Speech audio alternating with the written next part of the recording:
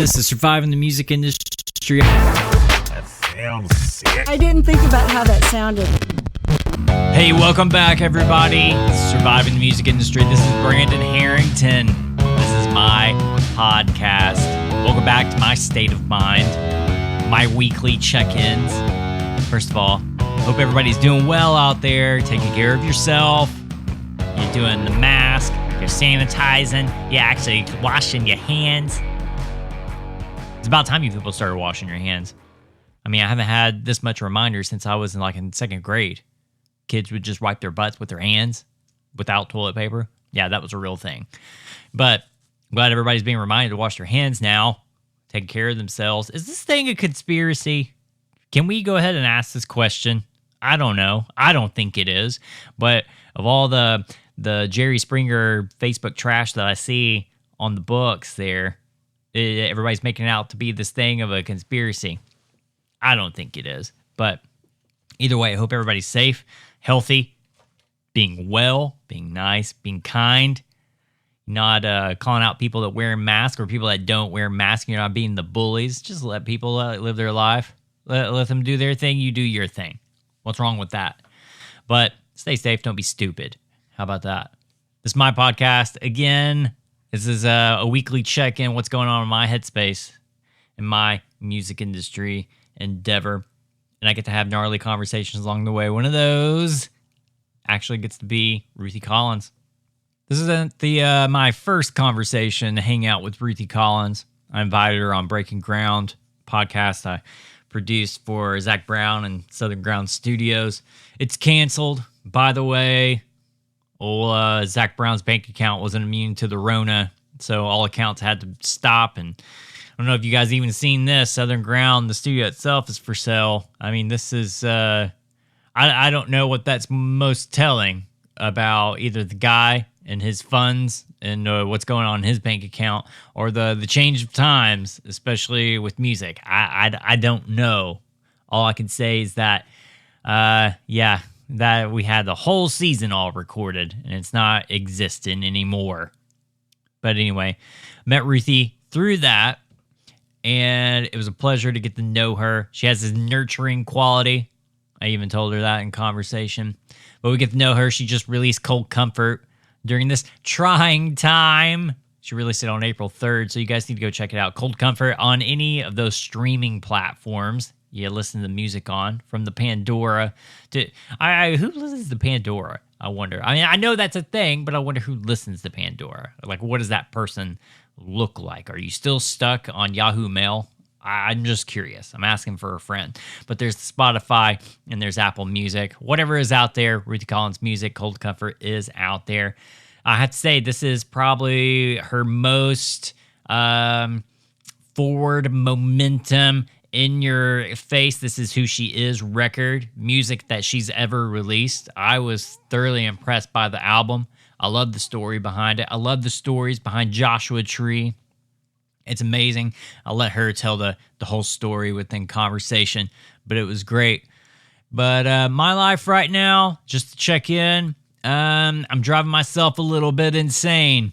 This is where I'm at in my headspace. Miss Harrington is out of town. Her grandmother had emergency brain surgery. Yeah, pretty serious shit, right?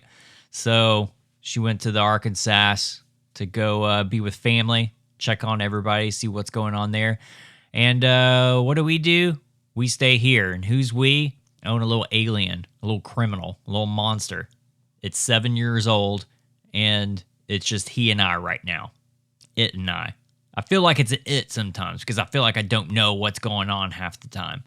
He's loving this television show. It's this crappy Disney show, but it's gone as far as he's interested to know the interviews, and he gets on the YouTubes and he's looking up interviews of the actors and behind the scenes stuff.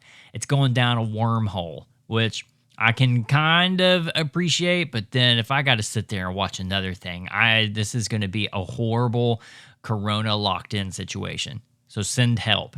Anybody that has help, send it my way. But it's tough being a single parent. I got nothing but mad respect for anybody that does it or that they're doing it, especially in this time. We had to go to the store to get some essential stuff. We're running out of stuff, just he and I, because we're just two dudes, and we do nothing but literally eat. And so we're running out of stuff, so we go to get the essentials, and it was a pleasant experience. Always a little high tension, I have to say, because of the whole situation, the gloves, the sanitizing, the whole works of it. And so it was stressful just even taking a little mini-me out. I mean, we got through it. All that to say, we got the milk, we got the bread, we got the White Claw, so we're feeling pretty good. But I think if you guys got to go out and get those essentials, just don't be weird, don't be stupid with other people, maybe taking it a little bit seriously than you are, or vice versa. You know, respect people and whatever their idea of this situation is. You know, just be nice, be kind. Why is that so hard for everybody? We didn't have it a situation, but it was just, you get the weird stares, you're wearing the mask and you're wearing the gloves and you're sanitizing everything because it's just, you feel like, I mean, what's the worst that could happen from it? But you get the strangest looks.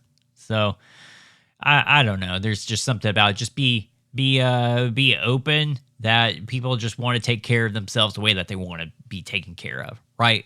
All right, don't force your own endeavors or this thing in your head on somebody else, which I'm not saying you guys be as crazy as us, but just do you and I'll do me. How about that? But take this thing seriously for what that's worth. Oh, but anyway, had a great conversation with old Ruthie Collins on this whole thing. We had a conversation before on this Breaking Ground thing. It was nice to get to know her, talk about her record, Cold Comfort. It's out now. April 3rd is when it was released. Perfect timing. Am I right, Ruthie?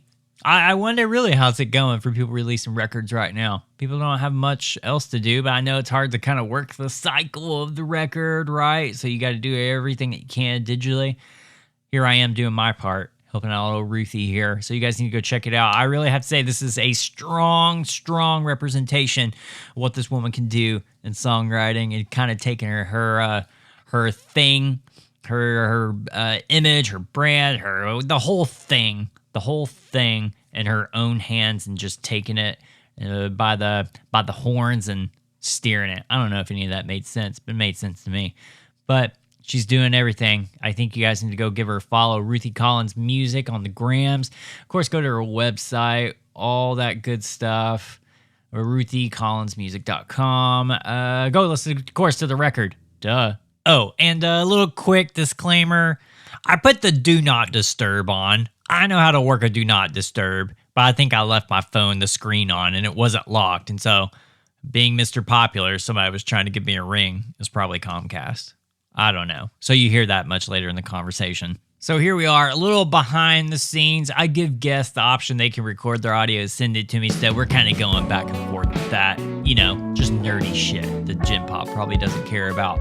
But hope you guys enjoy this combo. Here we go, Ruthie Collins. I love a highly produced podcast. Mm-hmm. Love it. I want that audio to be mastered. Oh yeah. Well, you'll see what you get out of this then. We'll see. We'll see what happens. We're doing our best.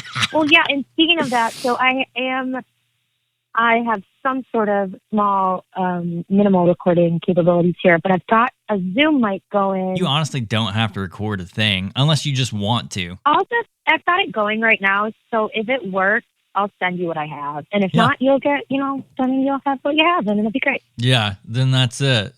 But you have a copy for all legal purposes. Oh. If that didn't scare you as an artist, I don't. No, Aaron I saw the thing. I was like, I saw that. I was telling my manager this. I was like, I saw they said you could use absolutely anything that I say. And she's like, yeah. I don't he's going to have so much fun with me. Because my friends joke around that I will say anything on a microphone. And so, yeah, I was like, I'm actually completely okay with that. I give verbal consent. Yeah. Okay. Well, I'll be sure not to murder letter your audio then, like the equivalent of a murderer like pasting letters from magazines, the audio equivalent. You can do that. Yeah. I like edit a letter to my ex-boyfriend. Yeah. For I'm Ruthie super hot Collins. I killed boyfriend. I killed boyfriend. Yeah, Yeah. that's great. That's great. Let's start with that. Huh? Yeah, that's a great thing. So seriously, what your home? You're in Nash, right? I saw that in the old cell phone number or wherever you're calling from. I live in Nashville, but I actually drove up to New York because my mom lives on a farm up here by herself. Mm. And so I came up here about 2.5 weeks ago with the thought of like, oh, we're going to be quarantined for 2 weeks. I don't want to be alone because my travel plans went to hell, and I was going to be locked in my house for 2 weeks, and my mom was also going to be alone. So I was like, oh no, I'll come up and be with her.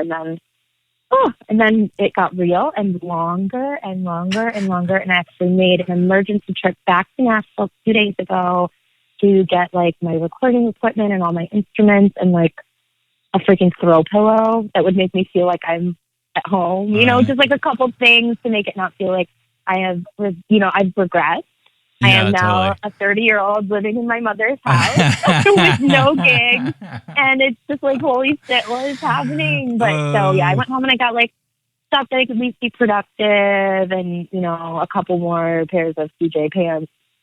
Yeah. Basically it. Well, you living back at home, I mean, to me, it just sounds like a Berkeley stereotype. And so it is. graduate. And I worked so hard to not see that. Yeah. I do own my own house. It is in Nashville, currently empty, with not me living in it. But, you know, that's funny. best to not be alone in these times, you know, I guess. Yeah. That would definitely be, yeah. But I kind of feel like what you just said is the beginning of a lot of like scary apocalyptic movies. You go to see your mom in New York on the farm. Yeah. Things on get the farm. serious. Dude, I literally mended a fence yesterday and stacked firewood in the quote unquote wood closet because we have a wood closet here. It's like some pioneer shit. It's crazy. It is. But it's like taking me back to my roots. You don't have to worry about corona. It's dysentery for you. I mean, Oregon Trail style. It's literally like the freaking Oregon Trail. I love that so much. Yeah. Now, the only thing that's going to kill me here is my mom's 3-month-old yellow cats, who I'm currently trying to train, and it's a shit show. But other than that, we're staying healthy. We're staying super quarantined. Like, no one was taking it seriously when I got here. Apparently, I'm the family bully, which nobody saw coming. You're the city girl, quote unquote Democrat. You're the alien. I know. I'm totally the crazy aunt. But yeah, like my mom's farm workers came over, and I was like, stay away from my mom. Like, you better stay away. You can't come within 6 feet of her. And they were like, whoa, you know it's a hoax, right? And I was like, oh my God. That's amazing. Oh my God. And I was like, okay, now you really have to stay away. And my mom was like, I'm like, okay, so Mom, what do you want to do now? And she's like, well, I want to help my workers fill the raised beds with the manure. And I was like, not today, Mom. Like, it's not happening. And so now everyone's here is kind of taking it more seriously, but it was really scary. Like a week ago, it was like, Corona, what? Yeah, I know. So, it was like this whole myth, conspiracy theory thing. And then, I mean, it's obviously getting real. I mean, we're sticking to the news and everything here locally in Nash, and they're recommending people still stay at home, like at this time. Like they're not saying, stay at home. You know, don't be a moron or idiot. Like when you watch these news reels, like in Italy, like all their leaders are just kind of like, no, stay the fuck home. Do not leave. Right. But Nashville. I don't get it. I don't know. Nashville's crazy. Yeah, when I was there, my handyman was like, oh, my granddaughter's home, and she's playing with all the kids in the street. I was like, are they staying 6 feet away? And he's like, no. And I was like, oh, my God, it's a freaking executive order at this point, people. Like, stop. Just don't be a dummy. I don't know. I just keep being like, I hope we're all at Christmas dinner together. Like, I'm not sugarcoating it up here because my parents are both over 70, you know, and just come on. Dude, let's it's a get serious together, people. thing. It's not that hard. Yeah. What do you do? Anyway. What are you doing to pass the time right now? Are you staying crafty? Are you doing crafts and stuff? I'm not doing crafts. I feel like I've been so busy doing absolutely freaking nothing. But I'm waking up super early because I I'm a big meditator. And I feel like in this time, especially, like not only for me, but literally super hippie, but like for the world, it's kind of our responsibility to like be as high vibe as possible, especially when it's so scary out there. So I've been getting up at like 6:30 every day and doing all my morning stuff. I like meditate, I read, and try to get like into a happy vibe place. And then that really takes like quite a few hours. And then I take the crazy dog for a run so that she's not so crazy for my mom. And I try to spend at least 1 hour writing because I'm working on a book. And then the afternoon, I'm working on like learning Logic. I thought I would take this time and learn how to actually record my own demos so that I don't have to ask men to do them for me. Yeah. So, this is it. and what a perfect time to do it. Yeah. So I'm working on that in the afternoons, and then I make dinner with my mom at night. And then I'm kind of become like, I mean, we're all homebodies right now. So if I stay awake, I'm going to drink like 7 glasses of wine. So I'm trying not to do that. So I'm going to bed at like 10 o'clock. Crazy. Yeah. So everything you described, I've literally been doing the opposite personally. Yeah. Like, that's so cool. Yeah. That's so cool. Tell me Like- everything. I'm living my best slob life right now. Like, Cool. Well, Not- I am in a bathrobe, so I'm with you. I'm not showering. Like, did you hear shower on my agenda? No. Washing my hair? No. Getting dressed? No. So yeah, I'm with you on the slab life. Yeah, that's kind of where I'm at. Man, that's crazy. You're just kind of living, I feel like your most like productive life right now. And I can't even roll out of the bed and make like a proper breakfast. Like for me. I mean, but here's the thing though. I sound like I'm being productive, and I am in my own way, but I think like the people who are out there really hustling, like doing online shows and starting the businesses, and like, yeah, I'm doing a little bit of that, but that's insane to me. I commend them. I don't understand. Like, this crazy time makes me want to like go inward and shut down. Yeah, and what I've right. noticed about this, and my mom's going through it too, I know, and a couple of my friends are, but like, so we're all forced to do something right now, right? Everyone is forced to do something that is completely out of their control, out of their free will. So now anything that anybody tells me I have to do, I'm really resistant. And I'm not normally like that. Like, I'm usually really agreeable. And of course, I'm still doing what I need to do. But, you know, I did an online show last Friday, and I was really angry. And I was like, what the fuck is this? Like, I love playing music. I'm playing my own music. I'm playing old songs, so that's fun. I'm celebrating the release of my record. But I realized it was like this changing time where we're forced to learn something different and learn a new skill set. My like heart is just fighting because it felt like I have no control and no free will. And I can't even live in my own house. I have to go up, you know, live with my mom again, even though I made that decision. But as soon as like Trump was like, now you have to stay, you know, we're Cuomo up here. He's amazing. But like, as soon as he was like, you have to stay inside, all of a sudden I was like, well, maybe I don't want to be here with my mom. Maybe I want to go home, you know? No, I want to be here. But everything inside of me is starting to like resist anything that, you know, it's really interesting. So I kind of like, you see these crazies who are like on the playgrounds with their kids. I mean, don't do it. But I kind of think we're all sort of like pushing back against everything right now because we have no control. Yeah, I think Which is crazy. I really think human nature is so resistant to change. We can all say that we love change and we love forward momentum, but when something's kind of piled on as like heavy as this is, that nobody can really understand it, and then you have people like telling you to change your life. I mean, that kind of messes with your brain. But it's crazy, like, to hear you. It sounds like for you, like in the morning, like your morning routine or even your day routine is like you trying to like hold some kind of control over something that's uncontrolled. Exactly what it is. Yeah. Yeah.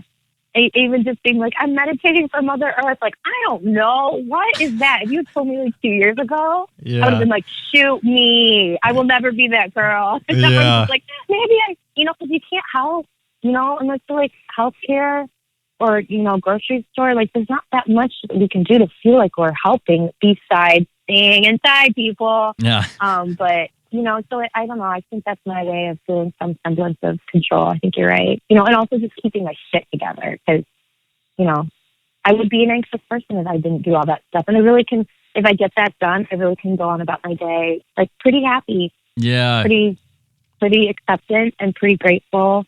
I'm not going to say all the time, but, you know, like, I'm not just freaking out, which is nice. Yeah, well, I mean, some people just have trouble with like that sitting still because I was talking to a publisher yesterday, and I Mm-hmm. love this dude, but and maybe it's their personality, I don't know, but maybe it's just him. But like, the dude just could not handle it. Like Right. between AA meetings being canceled to Right. like his own work and everything, and just mental Mm-hmm. health, like shit has really hit the fan, but like nobody really Yeah. knows what to do with it. But in his case, it was like the focus on his work, and he's trying to like schedule writers and everything like over Zoom or just over the internet, and like people are taking it, they're maybe taking it way too serious, where they're using this as an excuse for a vacation, and he can't do his job, and so he's like losing his shit and his mental Right. capacity because he can't control the situation. I don't know. There's just something. I mean, we're gonna look back at this time like psychologically and like Oh, it's gonna be evaluate wild what this thing. how people reacted. Yes. Yes, like I mean, and then like the after effect of it. I mean, Oh after my like this God. is Yeah. like blown over, what is that gonna do with like everybody psychologically? Right. We're all gonna be triggered about this time forever. It's crazy, but see, I think that's where it's like it sounds like I'm doing a lot, but really the big thing that I'm doing is being like, I just have to surrender because this is what it is. I do feel like I'm completely grieving the spring of 2020, and I'm just going through the stages of grief, and I am not doing them in order. I go from like super sad to really pissed off to like, okay, I accept, and then I'm like, no, this is bullshit. Like, and I think we kind of all are, in our own Mm. way. This is just nobody signed up for this. See, I don't know. Nobody signed up for this. I feel kind of the opposite. I mean, I know I have this personality where I love to be the comedian. I would love to be on stage. I want to be looked Yeah, I at. could see that.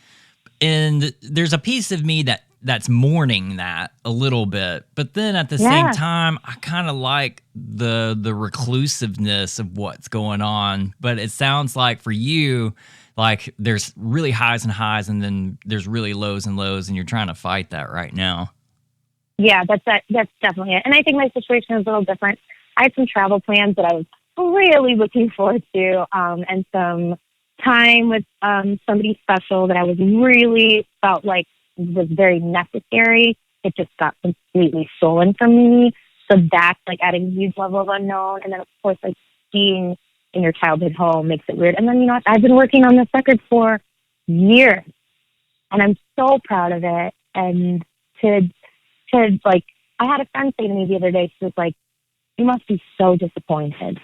I was like, "Wow, disappointed isn't even a word that has come into my head about the situation with the record, And I think there's so much shame and feeling like, well, because people are dying, and people are really suffering, and people are out of work, and people are broke and can't put food on the table. And there's always that human element where we feel like, oh, if your angst is more than mine, I'm shamed. I shouldn't feel bad. But it's like, oh my God, you're right. Like, it is so disappointing. These songs deserve more than that. I deserve more than that. My producer deserves more than that. All the musicians who play on this record deserve more than that, And to be sitting here being like, I don't even want to do this. Of course I do. Of course I want to play these online shows. But the fact that there's even any resentment in me about that, like, I'm not at my album release show the way I wanted to do it, and playing the Opry and doing all these things to promote the record is like, shit, Yeah. that's just not the way that I wanted it to go. And no matter whether Yeah. that, it's just a record at the end of the day, totally. But I have to like let myself have the space to be like, well, somebody's trauma is bigger than yours right now, but it's still traumatic. It's still not what you signed up for and what you wanted, Yeah, I So agree. yeah, it's a lot of that. You're hanging out in New Mhm. York. So wait, is this farm that you're at, is this like the childhood farm? Is this kind of where you grew up? Yeah, it's been in my family for like 200 years. It's where we all grew up. Dang, that's crazy. Yep. Wow. Do you know anything about Beautiful. like your family history? I mean, like 200 I know. years? I know a bit, yeah. So my great grandma and grandpa lived here, Herman Barlow and Leah Barlow, and they worked at the farm. And so my grandma grew up here as well. And then my mother visited a lot when she was a little girl. And then she moved in here, I think, in the 80s. So it's been in the family a long, long time. We're like English, Scottish, Irish, but we are let's see, I am Scottish, Catholic, and Irish Protestant, which means I'm internally conflicted. Oh, dude, I'm there with you. I'm Irish Catholic and Native American, which, I mean... Oh, yeah, I've got a little bit of that in me, too. Yeah, so, yeah, it's kind of a mixed bag. Welcome to America. Yep. Yay. I hear you talk about mom. Is dad in the picture, too? Yeah, Dad lives across town, so I can't see him because we are not, quarantined together at the moment. Although hopefully, I don't know, I still don't understand this whole thing. Like, if we're all quarantined for 21 days, and people that you trust who have also quarantined, can you extend your social circle a teeny tiny bit? I'm kind of a Nazi about it, so I've been saying no, but it'd be nice to, at first I was taking walks with my dad 6 feet away, and I was like, this social distancing thing, I kind of call bullshit because it is so hard to maintain. You know, it's right. You accidentally hand the dog leash over, and you're like, "Joe, I just touched you by accident." And this is really hard. But so we stopped that for a couple of days. I couldn't be trusted. So hopefully I'll get to see him soon. But he lives on Cassadaga Lake over here. So the cool thing about my parents is I basically became their little clone. My dad is a writer. He's a teacher, but he's a public school teacher, and he still teaches history in college. But he's a writer. That's his passion. So he writes mystery novels and children's books and all kinds of different things. He always writes me poems for my birthdays. It's adorable. And then my mom's a musician, so she is, she was a church organist, and she's a piano player and a piano teacher, and she teaches music classes for babies. So I'm literally they're 50-50. Yeah, it sounds like creativity is a thing in your family. This is something that's accepted, and you guys are kind of used to that brain. Yeah. Okay. Yeah. Yep.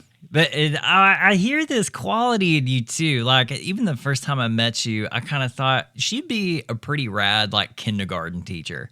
And I think it's funny that your mom. Oh my God, no one has ever said that to me. I love it. I love that. I don't know. There's a quality in your spirit. I feel we only hung out that one time, but there's something about your connectivity, in person. Yeah. And it's not baby talk. It's nothing like that. Sure. You know what I'm saying? Yeah. But there's just something nurturing about it, which is oh, thank you. really warm. That's a huge compliment. That is a huge compliment. Yeah, okay. I'm not much of a compliment thrower, so I never know is it really a compliment?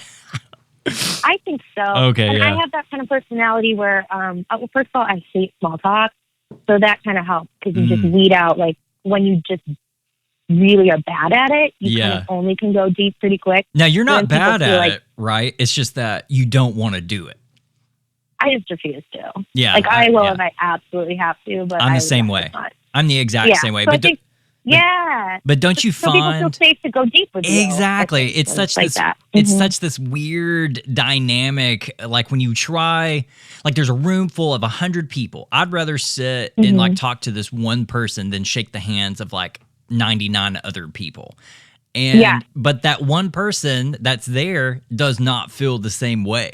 And so it's this weird thing in my personality that it's hard for me to connect. And I wonder if you feel this way of trying to define that, and especially in the jobs that we have at entertainment. It's so superficial, and it's this thing of, well, what are you really worth? And it's kind of, my worth is the time that we invest in each other, and I don't know. There's something about our personalities that it just doesn't make sense for this. Do you find that? Yeah. I really see what you're saying. I think for me, I just have no time for the bullshit people. So I just kind of bypass that because I'm lucky I've been able to, but so I feel when it comes to me, people generally tell me their life story within 30 seconds.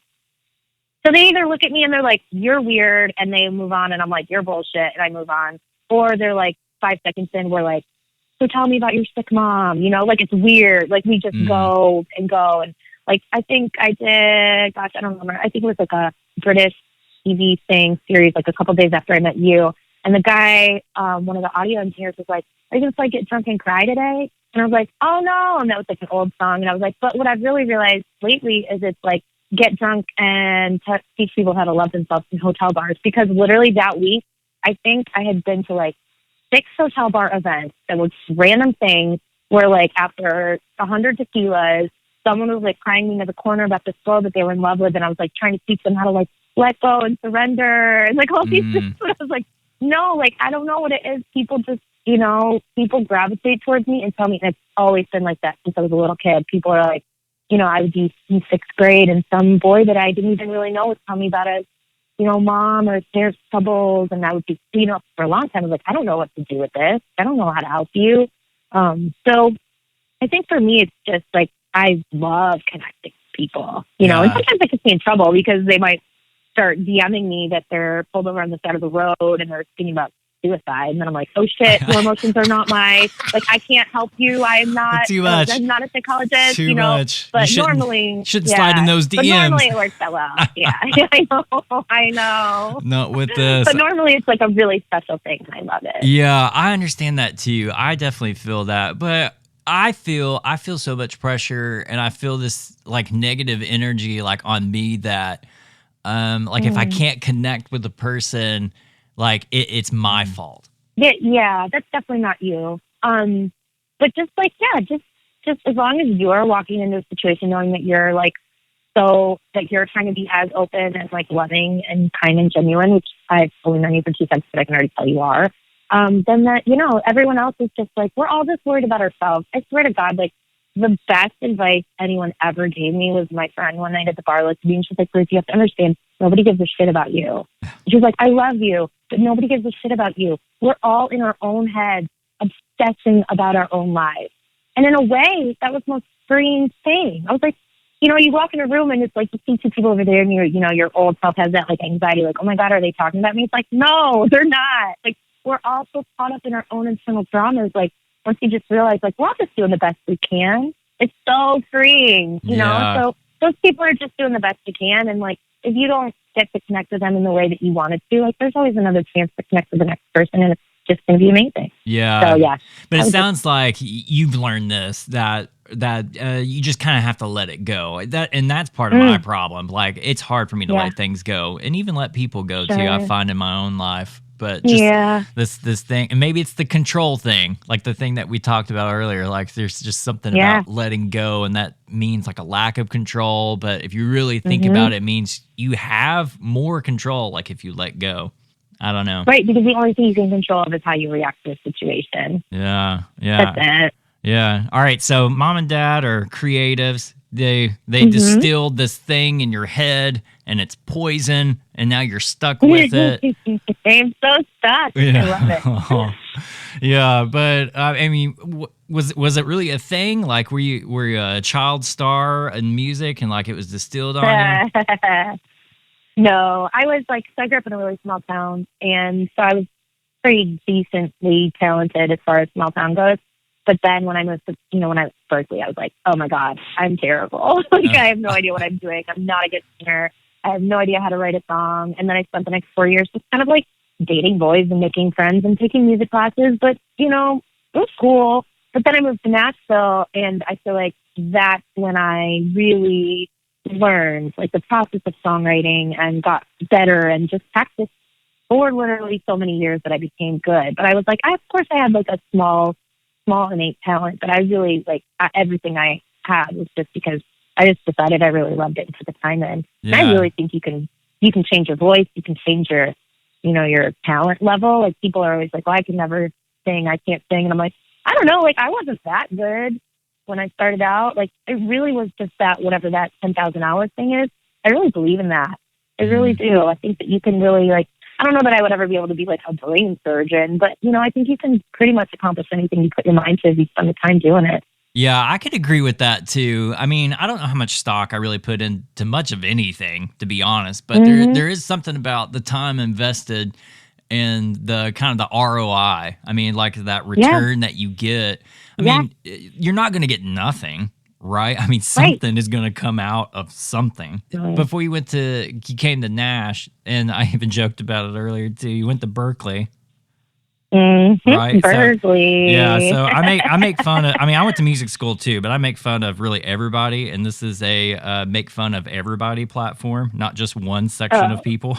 Well, perfect. Yeah. All right, give it to me. What you got? Yeah, but I mean, I always have this thing in my head too, like why we choose to go to music school, but I want to hear it from you first. Like, what's the reason? Why'd you go? Why did I go to Berkeley? Yeah. Or just school in general, I guess. Well, okay, so my family's big on education, so not going to college was not an option. I think if it wasn't an option, I probably wouldn't have gone. But so I knew that music was really the only thing I was even good at all. And so that just seemed like the logical step. They had a commercial music program. I knew I didn't want to be a teacher. For some reason, I didn't want to be a teacher. Both of my parents were teachers, so that's odd. But the thought of convincing people to do something they didn't want to do didn't interest me. I was like, I just was not convinced, like that was not for me. So I knew I wanted it to be modern music. That's all I knew. So they had a commercial music program at Berkeley, and I got in and I got a big scholarship. So it was like very clear that was the path that opened, and almost every other path was like a slam shut in my face. Even ones that should have been so easy to get into, like colleges would have definitely thought I would have gotten into, I didn't. So it was a very clear choice for me. And yeah, it was fun. I remember playing my first show in Nashville, and I just moved there. I was so excited. It was at Bobby's Idol Hour on Music Row. Oh, yeah. And rest in peace. I was like, yes, I know. And I was playing this song, I think it's called First Night in Tennessee, that I'd written on my first night in Tennessee, like in my closet. And I made some jokes because my dad was like still staying with me. He came to move me. And so I was like trying to play guitar really quiet in my closet. And so I was saying, I wrote this song in my closet, which is so crazy because I moved here from Boston, and my walk-in closet here, in my like shitty $300 apartment in Nashville was still like way bigger than my bedroom was in Boston.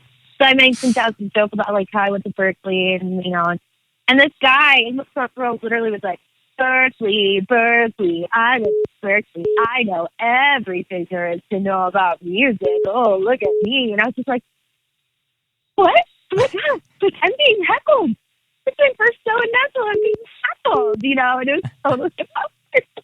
But then, 10 years in town, I get it. Like, the Berkeley interns are always the ones who are like, I'm going to run Pro Tools like flawlessly on my first day as an intern. And the person's like, no, you're going to start from my fucking pencil. And then maybe in 2 years, you could, like assistant engineer the session, but like, no, kid, like go back to school. But I just remember being like, oh my God, everyone hates Berkeley here. It's so funny. It's really wild.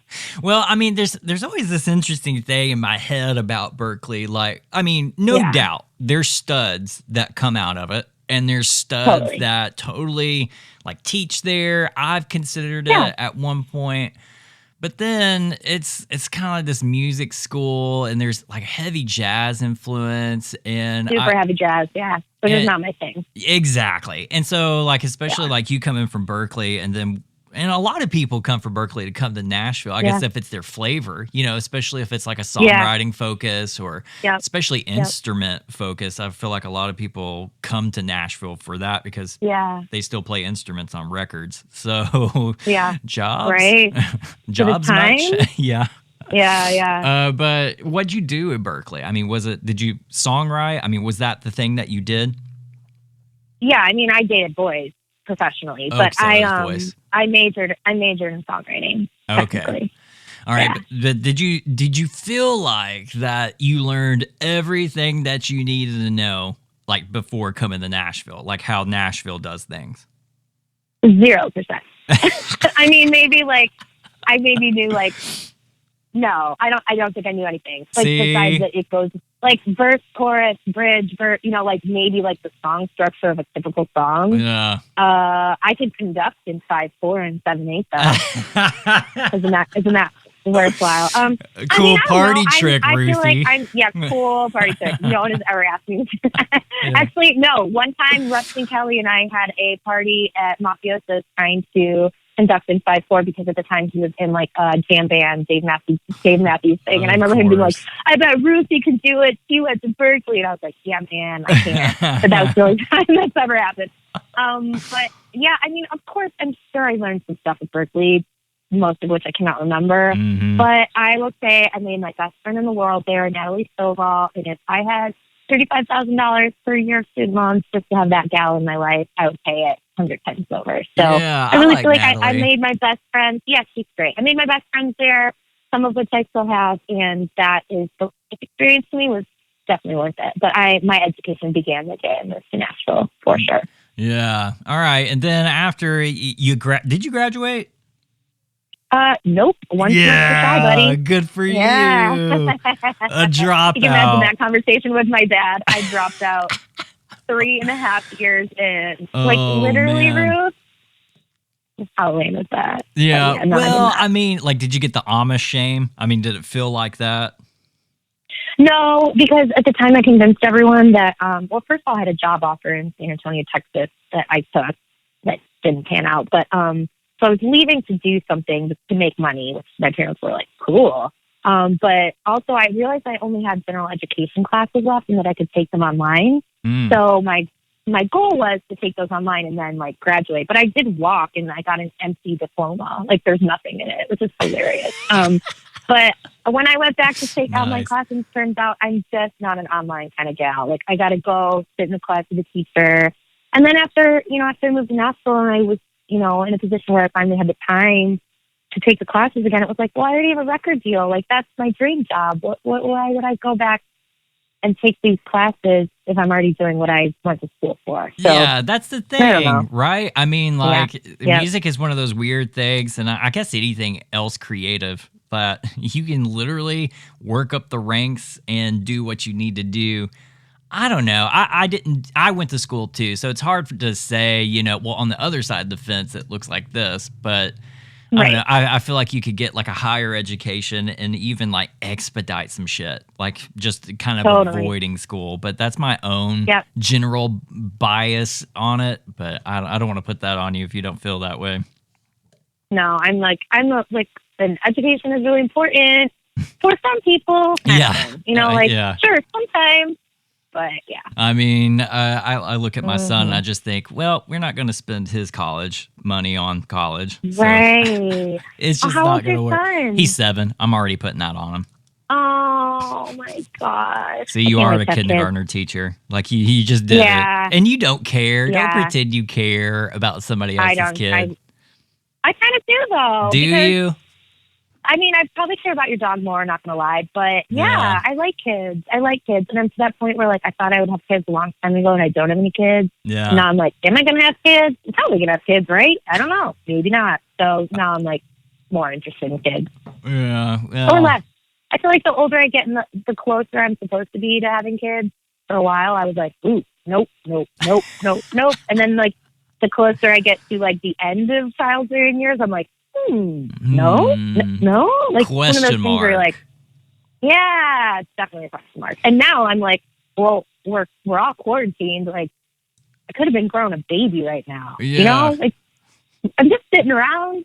Did I grow a baby? Dude, there's like the statistic. I made a joke on it not that long ago. It's like there's just going to be like a boom of babies, like quarantine. Oh babies. yeah, it's going to be like a baby boom thing again for sure. Oh for man. Sure. And you know what? Props to you guys out there having sex right now. I think that's awesome. What a great way to spend your time. Yeah. Like I'm at my mom's house on the FaceTime. So like I'm just so happy. So literally if I see anyone, I was telling my best friend this and I was like, I love you and I'm so happy for you. If I see another person like post a goddamn picture of them and their husband and they're like, no one else, I'd rather be quarantined with Dave. Like I'm gonna pump you. Corona's not gonna kill you. I'm gonna kill you. Just a like, bunch for all of the breeders. people out there That's who are not with their people right now, like from us to you, we hate you. And I'm kidding, but I'm not kidding. Like we kind for of real. hate you. Yeah, like all the single people out there and people who are like separated from their people, we're literally just like, shut up. But anyway, I'm done with that. Yeah. I'm going to be nice Ruth again. This is the first time we kind of passed this bridge like a conversation. Do you feel like that you're a little envious of certain lives or there's like even a pressure on you like to have like a normal life? So this is a super complicated question. Yes, I do. My mom, like a couple days ago, was like, shit got real, and she's older, and she was like, I just don't want to die, like, before I get to hold your baby. I was like, Jesus. But me neither. Me neither. You know, like that's not going to happen. Damn, she just threw that at you. That's crazy. I know, and it's okay. We go, like I said, we go deep, so it's okay. I can handle it. But so yeah, at times there's that. And my sister, you know, the other day was like, "Well, when you do have a kid, you better just have them all right in a row. Have them all right in a row." You know, and I was like, "Well, okay."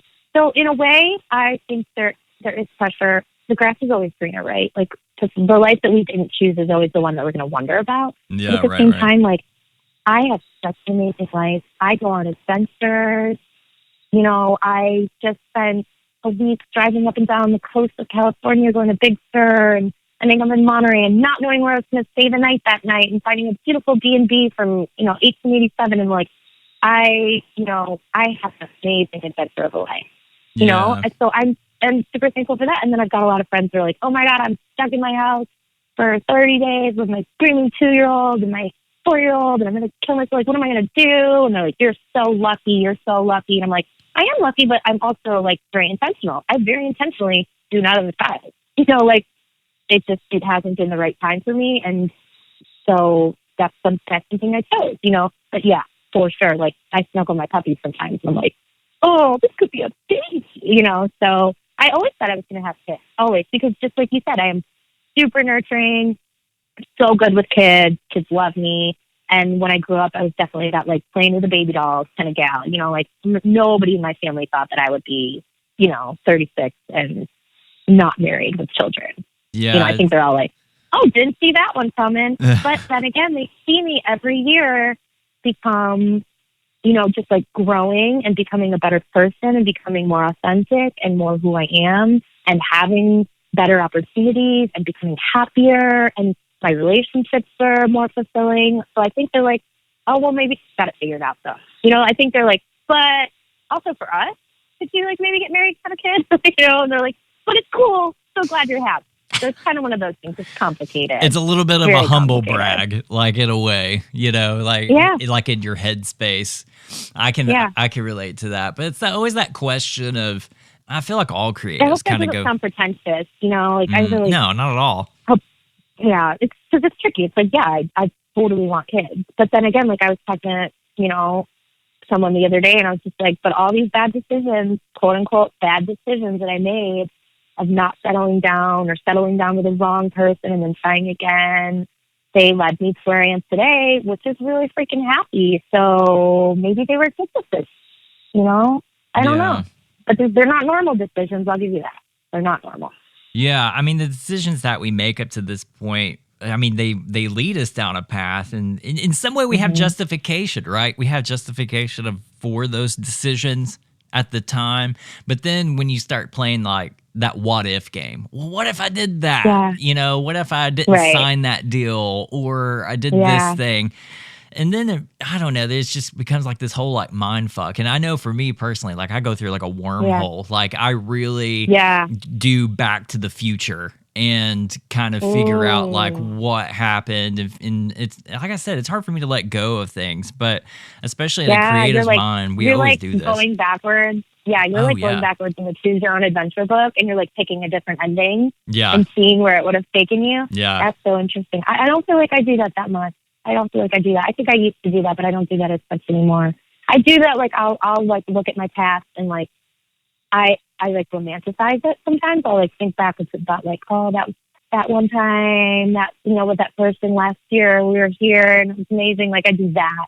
I can kind of get lost in like the good moments and like the idealizing the future and romanticizing that. But I think for me, like ever since I was a little girl, something that was really important to me was I was going to live like big, romantic, adventurous life.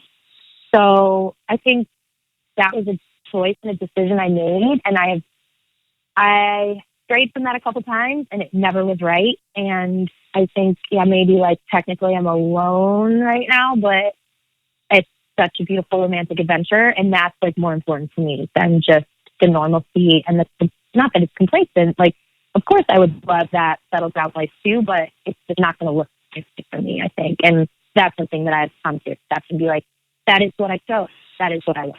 And it's still what I want. So it's interesting. But it's also the thing, like, I mean, you've taken those risks too, like especially to get to know somebody and you think that you're going to have like this commitment. I mean, call it relationship, call it, like your partner in life. But I mean, it's a risk to do that. And I don't know, it's there for a reason. Call it whatever orchestral thing or being, a god or God itself of doing that in your life. But then you always, and I guess it depends on all like what you truly believe, but that old thing of like it happened for a reason. Well, was the reason based on what I did, or is it the reason of like this predestined decision that this person entered my life? I wrote this breakup song. They ruined this thing in my career, or they did something and left this scar on my heart. I don't know. I always wrestle with the idea of, well, who's really in control at that point? Did I have that control, or is that something else? Yeah, that's a really tough one. And that gets super spiritual. I think that like ultimately we are 4,000% in control of our own reality. But I also think that like obviously you can't manifest for someone else. So I could be saying like, this is the relationship I've always wanted. This is the one. This is my soulmate. This is my twin flame, whatever you want to call it. And like, I'm all in, but I can't manifest that guy to feel the same about me. But we do that, right? I mean, like in a relationship, yeah, exactly. I mean, we throw that spaghetti on the wall on that other person. We throw that spaghetti on their chest and we hope it sticks. I want to play that. I want to literally play that game with my boy. I literally want to be like, whoop, and see what happens. Oh, shit, that didn't work. It fell off. All right, babe, bye. See you later. Man. Depending on the man sweater, I guess is how good it will stick. But there is that. Man, that just got gross in my imagination. Anyway, the thing, but we do that. I mean, and I don't know if that's a creative headspace or human nature. I bet it's human nature that again, it's that control. We go back to that control idea, and we do that to a person because we want them to be that thing in our imagination or in our heart, and we just kind of force it. Yeah. But I think like I was actually just reading about this morning, and I think it's partly our ego that lets us believe that there's something out there missing, or there's a piece of us missing as humans, and that there is another person out there who's going to be like the key to our lock, who's going to fill that part of us that's missing, right? So then we meet this person and we're like, oh shit, you're just another human. You don't complete me, and then we move on to the next one. And I think that's what's happening in my whole life. And, it has not been until I've been like, oh, no, I'm good. I'm happy. Like, I'm learning how to fill myself up first and become okay with that. And then it's like a totally different thing. Then you can just be who you are. And I'm still learning this, obviously, but then you can just like say what you really feel and somehow have and really know it to be true. Like the knowledge inside of you to go like, this is what I need. This is what I want. And if you can't do that, I still love you. You're just not my guy. And that's okay. What's like in the past, I would have been like, I can't even say this thing that I feel like I need because if you can't do it, then it's gone. And now it's like, no, it's okay. It doesn't change the way I feel about you at all. But it just does mean that you're not my person. And that's okay too, because by claiming what you want, you're going to find out, like, can you serve me in that way? Can I serve you in that way? And if not, like, love you so much, but let's, move along and get to the one that can. So that's really helped me a lot. Just being like, nope, nobody out there is going to complete me. And also, I think there's lots of people who could be that person. I don't think that it has to be that soulmate, one love. Now, I would love it to be, and I still would ultimately love to believe in that romantic, beautiful adventure. But I think it's a lot of mindset, And I think once you're happy, a lot of other people can make you happy. Yeah, but I don't know. There's, we have these scars on our heart, and I guess that's where like songs kind of come into play, right? I mean, it's that thing of, the shit happens for a reason, and I almost bet like you feel this way. At least I do. But like when you write a song, like, do you feel like I'm just now realizing this about myself? Like, do you feel like your songs are a better person than like probably you truly are? Because I feel like I can put my emotions or thoughts on page and I can put it in a song, but that communication is different. I mean, you and I are kind of that same personality. We love to invest in people, but it's a way different vibe in a song. Like it feels like, oh, like this character, or, you know, besides like a murder song, I guess that's not a best version of yourself. But the thing about sharing those deepest moments of like regret or remorse, or the thing that I wish I did, or the thing I wish I said, like it's better communicated in a song than I could never tell this person, or truly tell this person how I truly feel.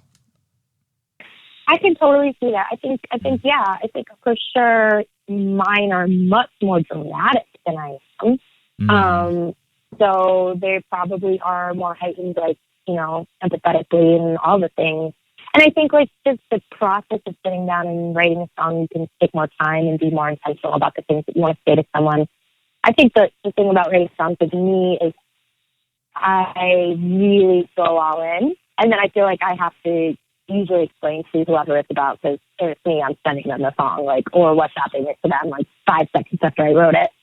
And so then I feel like I always have to be like, okay, no, don't freak out. I'm not a crazy person. I'm not trying to marry you, but like, here's how I feel, you know, because they're always a little bit heightened, you know, or when you said that one thing, it didn't actually devastate me this bad, but it did make me feel this way, and then I exaggerated it to full extent for this song, and here it is, you know. So I do definitely think they become like the most heightened version of stuff for me. Yeah, that's part of your job too, right? I mean, it's that thing of like being able to share like what you feel so other people can relate to it, but sometimes like that hyperbole like really ups the ante, like it's a stick of dynamite in a song, and then that's what makes it more relatable and a little bit more of a broader spectrum to make people relate to it more, right? Totally. Yeah. I think diving into Cold Comfort, that Joshua Tree was and is a fucking beautiful song. But it's the thing Thank you so much. Oh, dude, it is so beautiful. I didn't realize like what I was walking into listening to your record. And then when that song played, and it's such, and not knowing the story, like anything at all, like it's one of those things, like it's an amplified version. Like it's hard to imagine like this situation, these thoughts and feelings like really happen, but it makes sense that you put it in a song. This song is like the most, first of all, this song has changed my life more than any song has ever changed my life in all of the ways. This is like life imitating, this is life imitating art. This is life imitating art. So I wrote this song originally about Graham Parsons and Emmylou Harris, and like the tragic rumored love that maybe was between them. And I had been a fan of Emmylou's forever and knew of Graham, you know, had like some Flying Burrito Brothers records and like the Birds and stuff. But I didn't know that much about him, but I was aware of him. And I read this thing online. Who knows if it was true? I don't even know if I could find this article today. But it said that Emmylou was about to tell Graham that she was in love with him. I think they had both been married maybe, or something. They'd never like, you know, this article said they had never like told each other how they really felt, but everyone always wondered, you know. And she was about to tell him she was in love with him, and he passed away in Joshua Tree before she got the chance. And she said she didn't want to tell him on the phone, and they were about to go back on the road together. And I just thought that was so freaking sad. And for some, like one of my heroes to have had to experience something like that, the regret that I imagined that he carried as an empath, I just was like feeling it. You know, I was like, oh my God, was that the great love of her life gone? And then what? You know? So something about that, I just wanted to write it. I don't know what I was thinking, but I'm so glad I did. So I took the story to my friend Luke Sheets, and I had a bunch of versions of like ideas to go along with it, and we wrote Joshua Tree. And it was a week before I cut Cold Comfort, and I sent it to my producer Wes Harley, and he just added it to the track list. Like I didn't even see it until like he set the songs to all the players, and I was like, oh my God, Joshua Tree. And he's like, yeah, but now you have to stop writing great songs. Like no more. So it got added last minute. And when I wrote the song, I'd never been to Joshua Tree. And I went, so we recorded it in September. I wrote it in August. I went for the first time by myself in December. I was only there for like 24 hours. I stayed in this Airstream near Pappy's and Harriet's, and just like I was in heaven. I'm a really emotional person, and what I've realized about like, so I guess stuff is pretty supposed to be one of those vortexes where like the energy is really weird, and so I didn't really know how to explain it. I was just like, man, the energy out here, it's crazy. Everybody says it is, but I've been back like 6 times now, and what I've learned about me there is it's not this. Because at first I was like, oh my God, I just want to go there. And my second time that I went there, I went with a guy and we had this like amazing experience, totally fell in love. And so that was super heightened too. But then the next time I went back, I realized that it wasn't that everything's like all joy. In Joshua Tree, everything is heightened. So I'm more anxious when I'm there. I'm more angry when I'm there. I'm more sad when I'm there. I'm more in love when I'm there. I'm more happy. Whatever it is that I'm feeling, that like vortex energy, it just heightens it to like 100th degree. So I went back in June to shoot the music video for Joshua Tree, and we shot one for Cold Comfort and one for Bad Woman, and took like all the album art out there in June. And the first day we were there, well, the first day I got there, Patty Griffin was playing Pappy when I walked in. And I was like, amazing. What the actual fuck is my life? This is a dream. I'm at my favorite bar and my favorite place in the whole world, and I walk in, and on like the chalkboard, like it was going to be Joe Schmo from the coffee shop. It was like live here tonight, Patty Griffin. And I was like, my favorite songwriter is playing my favorite bar in my favorite place in the world the day before I shoot a music video for my favorite song I've ever written. What is life? This is magic. But That's anyway, crazy. So our first day working there, we shot Joshua Tree, and we shot it in the room that Graham Parsons passed away in, and then out in the national park as well. And we basically, the storyline for the video is like a recreation, sort of like a modern day version of the story-ish, like an addiction overdose story. And I had been through something like that with my friend. So he survived, thank God, everyone's okay. But this was super traumatic for so many reasons, right? So like I'm embodying this story of Emmylou and Graham, like one of the greatest tragedies of like country rock, you know, and then I'm going back to a place where I had just fallen in love with someone who was no longer in my life. So I was devastated about that. And then on top of that, I was like redoing a scene of my life that was my lowest moment in my life, right? Mm-hmm. So the script, you know, the treatment was like super sad, and, you know, the director, there was like a lot of crying, and I'm not an actor. I don't freaking know what's that. You know, I don't know how to do this. So I told the director, I was like, okay, like before I need to cry, just give me 5 minutes. I'll go to the bathroom. I wrote this letter to myself. I just need 5 minutes. And he's like, okay. He was great. It was directed by Cal and Allie. They're amazing. Husband and wife team. I love them dearly, and they were so great to work with, and they really helped me get super emotional. So I went in the bathroom, and I'd written this letter to myself that was literally like, it was so painful. It was like the meanest things you would ever say, just about how you're so unlovable and why, and like all this shit. And I know that was a terrible thing to do to myself. I just didn't know what else to do. So I came out just like sobbing and like totally nailed it. I remember I got the first treatment back, and there was like no crying. I was like, absolutely not. Like they sent the first person back, and I was like, no. I was like, do you know what I went through that day? Like, give me the crying. You know, so there's more crying. There's like giant tears. But anyway, the point of this is like I was like mourning for like a month. I wasn't right. Like that, just that one day I was acting like my boyfriend died. I swear to God, my boyfriend died. Like it was like a month of, you know, not really like that heightened, but like way more, something was off in me for like literally over 30 days. And, you know, it's just so weird. I actually talked to an actor friend of mine months and months later, and I was like, yeah, I mean, I don't know any better. So I just took myself to like my deepest, darkest moments in my life and like to my absolute saddest place I could ever be in to like make myself cry. And I just didn't know what else to do. I'm sure there's much better ways. And he was like, no, that's pretty much it. And I was like, ew, really? Ew, that's what you have to do every day? No, thank you. Like, I would never be able to, no. It was so hard. Yeah. Like, to come out of that. It was weird. It was really weird. But anyway, so Joshua Tree is a thing. Like, it's the thing. I spent a week out there this past winter just trying to figure it out. And I love writing out there. It's a cool place. I love it. I could live out there easy. But it's been really intense for me. The song, the place, I had, basically like the guy that I was in Joshua Tree with used my own song to invite me out there. So he was like texting me, "Will you meet me where a million stars catch fire to the sky?" And I just thought that he was being romantic. And then finally it was like, "Oh my God, you're inviting me to go to Joshua Tree?" So the whole thing was just like, that's why I say it was like art and state life or whatever. It was weird. Okay. So it's been a journey, this song.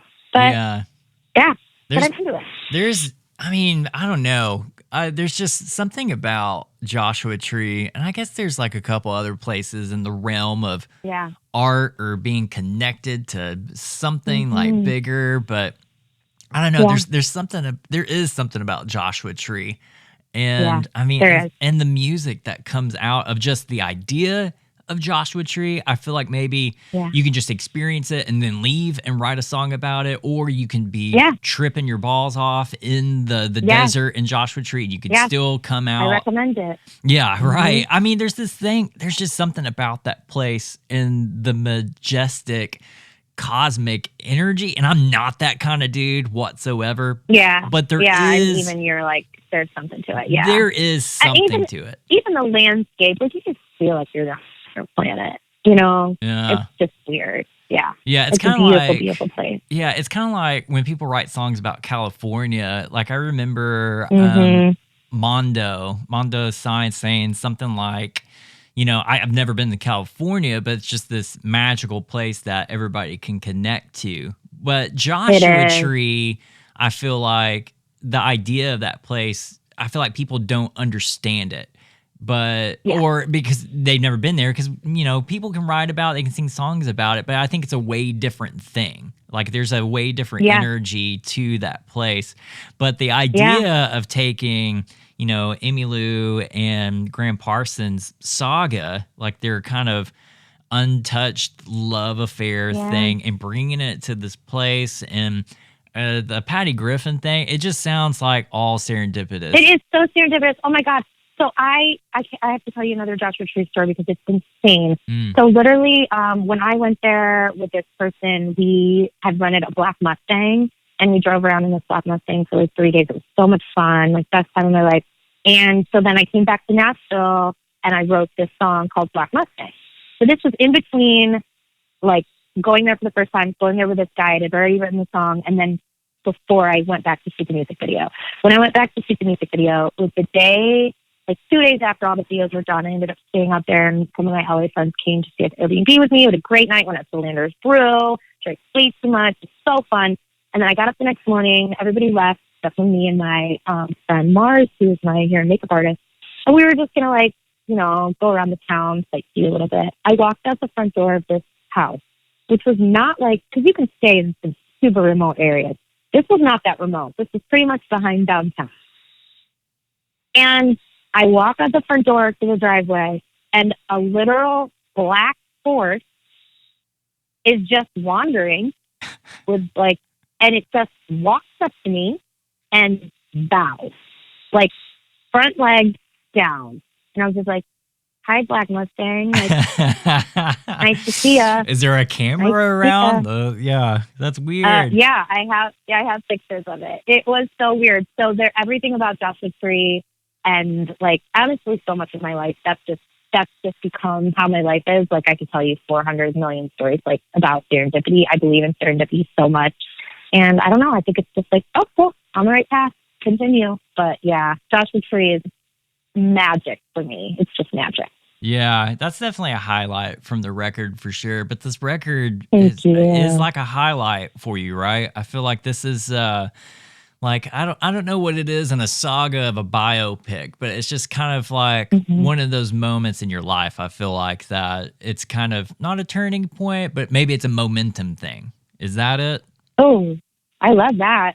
This record is the day I stopped giving a shit about what other people wanted because it just wasn't working. And so that's a big deal because I am a compulsive people pleaser. I've always been a people pleaser, and I've never liked to break the rules. So this record was me not pleasing other people and breaking all the rules because I just snuck into the studio somehow and recorded it without my record label knowing. Who's the record label? And I'm on Curb, and So they're wonderful. And Curb just had like no cameras on, like in their studios, and like you were just kind of sneaking in, like recording this thing. Basically, what happened was I went in to record a couple. So this is for all you songwriters out there wondering how to, pull one over on your record label. I'm just kidding. This is how I did it. So basically, Curb has its own studio that is, available for their writers and for their artists. And I was in there doing like a couple guitar vocals for a side project that I had that I wasn't quite sure that I was ready for Curb to find out about, but we needed to get these demos done, like for our booking agent who wanted to book some shows for this group. And what I did was like, I just emailed the engineer and I was like, hey, could I come in and do some guitar vocals? And so we went in and I said to him like, oh yeah, I just don't know, we were doing them. And I was like, I don't know, does anybody are they going to see that we're here? And he said, well, everyone has access to the calendar, so they know who's in the studio. And I was like, really? And he was like, yeah. And I was like, interesting. And I was like, hey, can I book a week? And he was like, sure. Full band? And I was like, full band. And he was like, how are these days? And I was like, they're great. Thanks. And then I called my guitar player and I was like, want to make a record? And he was like, yeah, dude. Yeah. So that's like literally, I just found out that it was like, basically, I kind of was made to feel like, oh, they know you're in here and they'll stop you if they don't want you to be in here. But since then, I think they've changed the rules. Nice.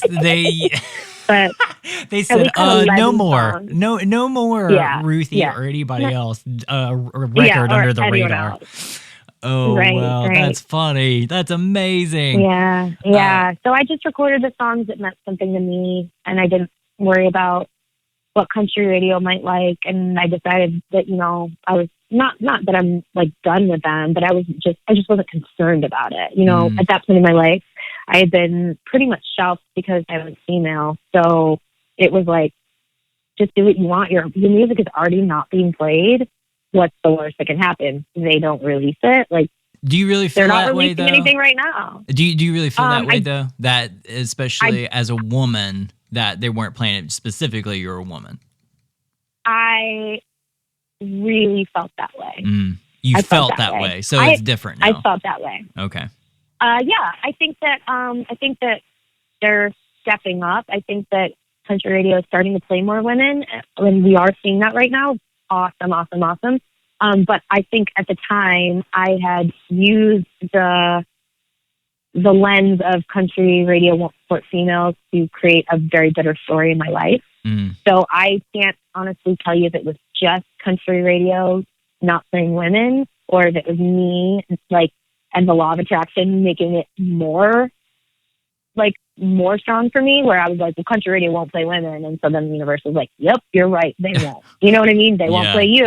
If that's what you think, so I can't really tell you what it was, but I was for sure experiencing that in my life. And I don't fault my record label for that. Like, do I wish that they would have beat down the door of, the injustice of women at country radio a little more? Sure, of course. But as a business, I don't fault them for not wanting to spend $1 million on an investment that currently was proving, playing out to be not a good investment. And that's bullshit that women were not a good investment, but I don't, you know what I mean? I'm not bitter at them for making that decision, but that's what led me to go, well, if that's the cards that I'm being dealt right now, I'd rather not bang the door down of someone that doesn't want me to walk in it anyway. I'd rather make the music I really want to make and see what happens when I do that. Let's try something different here. And thank God, when I really recorded the songs that I wanted to record without worrying about genre or, who might relate to it, turns out Curb loved it and got behind it. And here we are today. And I'm putting out a record that I'm so proud of. And, it's the crazy thing is now it's almost 3 years ago. I could put out another record tomorrow, but I'm so proud of this one, and it will always be the moment in my life that I was like, let's do something for me and see what happens. Let's do something for the people that need to hear this music, and not because I'm trying to advance my career or get a number one or, write a song that some 50-year-old A&R guy is going to relate to, some program director who's 46 in Arkansas is going to relate to. This was the one that was like, there's a demographic out there who needs this. who is like me, who I can serve. And I'm going to start trying to work for them and not work for, country radio. Yeah. That's funny. I love that because I always use that same example too. There's just some like 80-year-old PD and gray hair in Arkansas. Right. and making these decisions. Right. Yeah. And of course he's not going to relate to my music. No, like, of course really? not. When Yeah, was the last time you stayed up like with your girlfriend till 4 a.m. drinking wine? And like, when was the last time you like had an emotional situation with your guy that was like, of course you don't relate to that. Like, why would you? Why are we trying to do this? Yeah. Right. So it's wild. Well, what is it? Is it because they're not playing country women, or is it because maybe there's not a song that like fits in that? And that's where it kind of becomes this bipartisan argument of like, well, what really is the reason why we're not hearing women? Right. Which you shouldn't, especially it's fucking art. Like anybody is an artist has the capability to write or do something really good artistically, not based on gender or because of the color of the skin, right? I mean, it's like it's in you.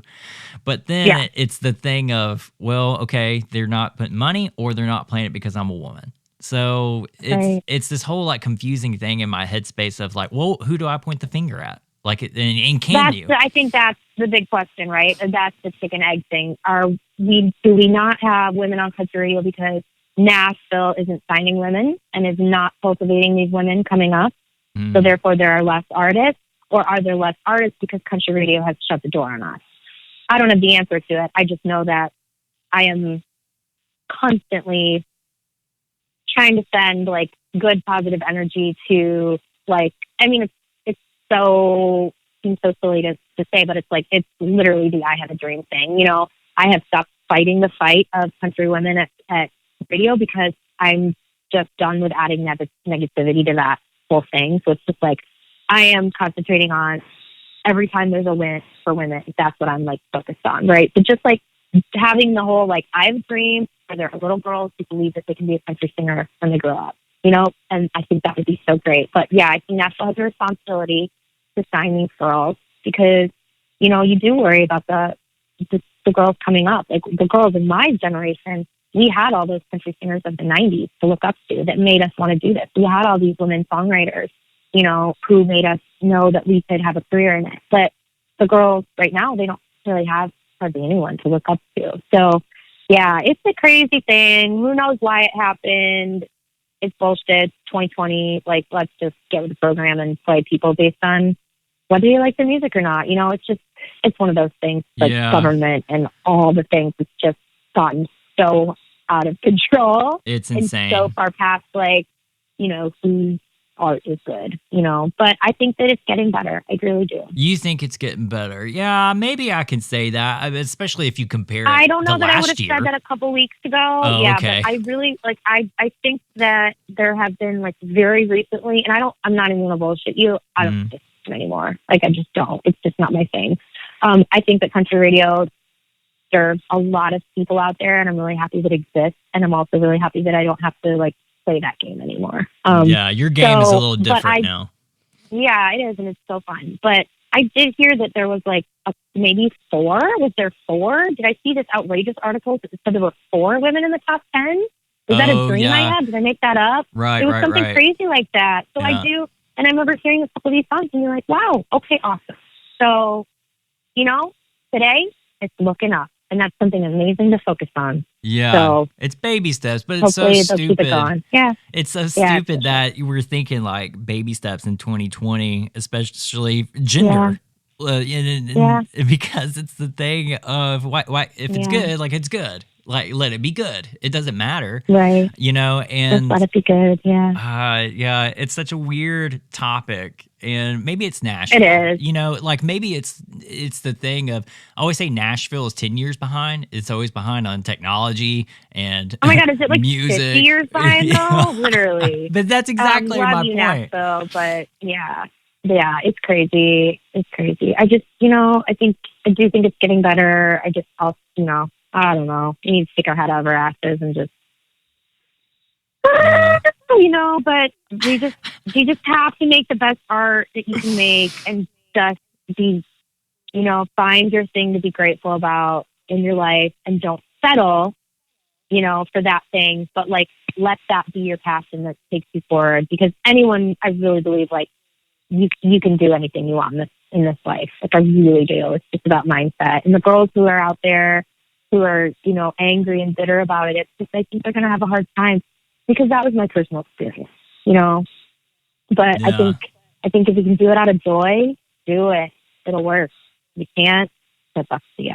Yeah. Thanks for hanging out today. Oh my gosh, Now we of can course. officially say that we did the thing. We did the this. thing, and we had a conversation during quarantine in Yeah. 2020. We connected with someone else out there.